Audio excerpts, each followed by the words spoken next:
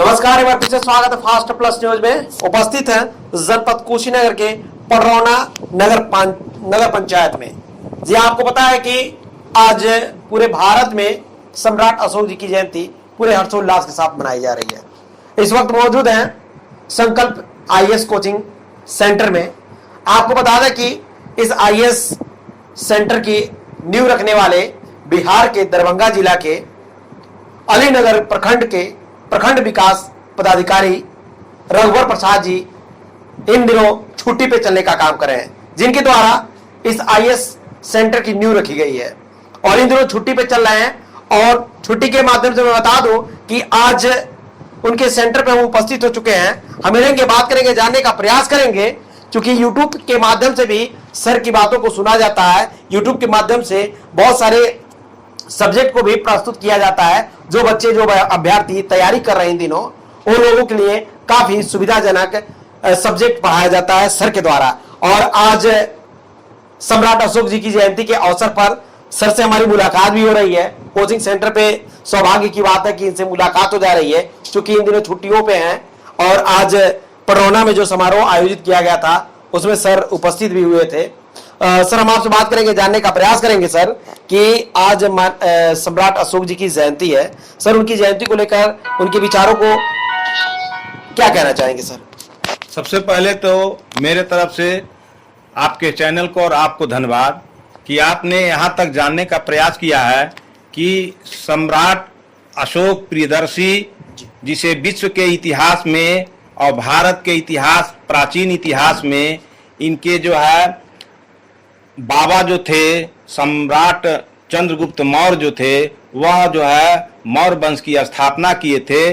और इस मौर्य वंश की स्थापना में इनके पिता जी, जिनका नाम बिंदुसार था, वह आगे बढ़ाए। इस सम्राट, इस युग के इतिहास में, मौर्य युग के इतिहास में अशोक का बहुत योगदान रहा। अशोक जो है प्रियदर्शी कहे जाते हैं, तो उनका विचार प्रियदर्शी कहे जाते हैं। प्रियदर्शी माने जनता का प्रिय, तो वही शासक जनता का प्रिय होता है जो जनता के हित का काम करता है। इनके पितामह में इतना गुण था, जिन्हें चंद्रगुप्त मौर्य कहा जाता है। जब वह आबनूस की लकड़ी से उनके देह की मालिश की जाती थी, उस समय भी वह जनता की शिकायत को सुना करते थे। उन्हीं के समय से भारतीय प्रशासन का विकास भी हुआ। और आज भी भारतीय प्रशासन में जो कलेक्टर और एसपी बन रहे हैं, उनको मंसूरी की ट्रेनियों में भी बताया जाता है। साथ ही साथ आईएएस के सिलेबस में भी है। रही बात आपके प्रश्न का जवाब ठोस और माकूल देने की, क्योंकि समयाभाव आप लोगों को रहता है, तो अशोक सम्राट के क्या विचार थे? तो अशोक सम्राट के कई विचार हैं। राजनीतिक विचार, सामाजिक विचार, धार्मिक विचार, आर्थिक विचार। लेकिन अशोक जिस कारणों से विश्व में और भारत के इतिहास में प्रसिद्ध रहे और महानता की श्रेणी में रखे गए हैं, उसका मुख्य मकसद धम्म की कहानी है। अशोक अपने पहले शिलालेख में कहते हैं कियम च्यू धम्मे, धम्म क्या है? और अपने 13वें शिलालेख में उसका उत्तर देते हैं कि जो है, उत्तर देते हैं कि धर्म जो है कोई मंदिरों में, कोई किसी के ललाट पर चंदन लगाने से धार्मिक नहीं होता है। धर्म का अर्थ उन्होंने अपने शिलालेख में स्वयं अपने आत्मा से सवाल करता है कि कियम च्यू धम्मे, धम्म क्या है? तो अपने शिलालेख में इसकी पुष्टि करते हैं। उनका शिलालेख ही अशोक के जमाने में ही संविधान था। तो शिलालेख में कहते हैं धम्म क्या है? तो उत्तर देते हैं धम्म के कुछ विधायक पक्ष हैं। धम्म के विधायक पक्ष का मतलब अशोक यह बताते हैं, उनका यह विचार है कि अपासिनवे बहु के आने, दया दाने, मतर पितर शुश्रूषा, थेर शुश्रूषा अपभांडता। मनो दया करो, दान करो, जो है माता पिता की सेवा करो, प्राणियों पर दया करो, कम खर्च करो। इस तरह का उन्होंने अपना विचार दिया। अपने शिलालेखों में, पूरे शिलालेखों में जो है इसकी लिखवा करके या जनता के बीच में इसका प्रचार प्रसार कराए।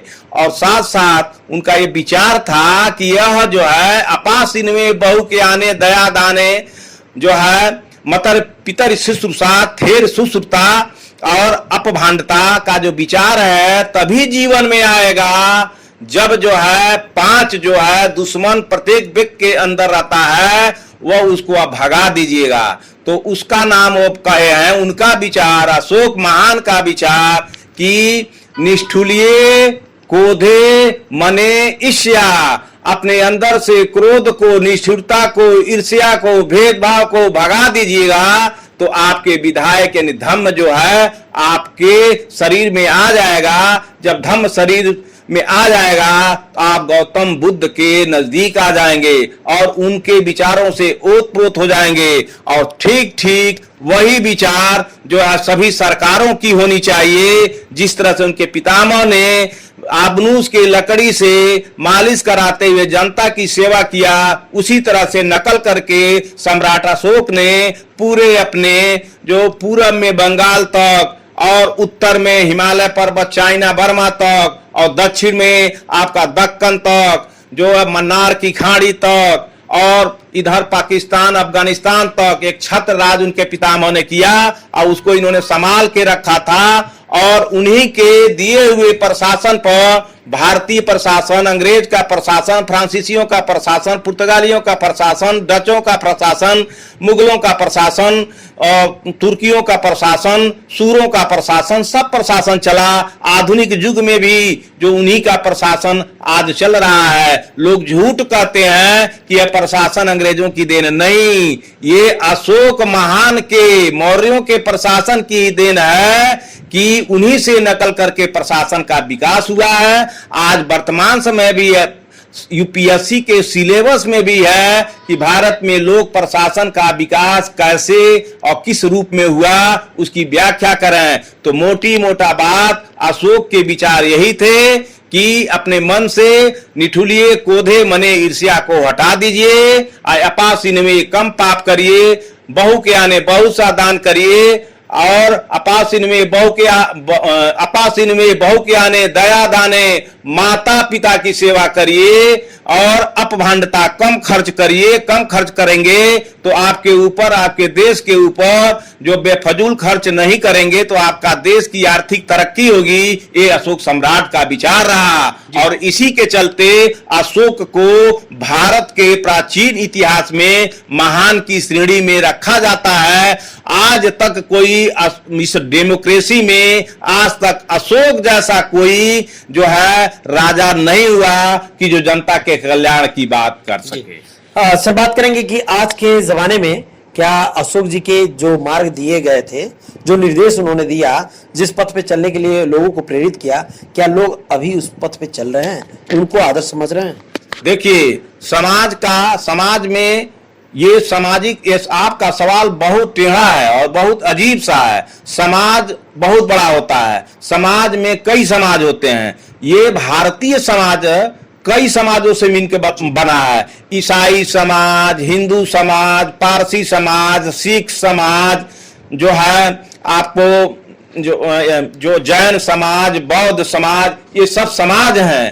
तो इनमें से जो अशोक के विचारों को अपनाते हैं वो बौद्धिस्ट हो जाते हैं, यानी बुद्धमय हो जाते हैं। तो जो आजकल, जब अशोक के जमाने में जो उनका विचार था, आजकल भी उनके विचारों की प्रासंगिकता है, क्योंकि अशोक के जो विचार थे, अशोक के जो धम्म थे, उसको बहुत तीव्र गति से लोग अपना रहे हैं और अपनाते ही जाएंगे। क्योंकि अशोक के धम्म में कहीं जाति का, कहीं पाति का, कहीं ऊंच का, कहीं नीच का, कहीं जो है भेदभाव का कहीं जिक्र नहीं है।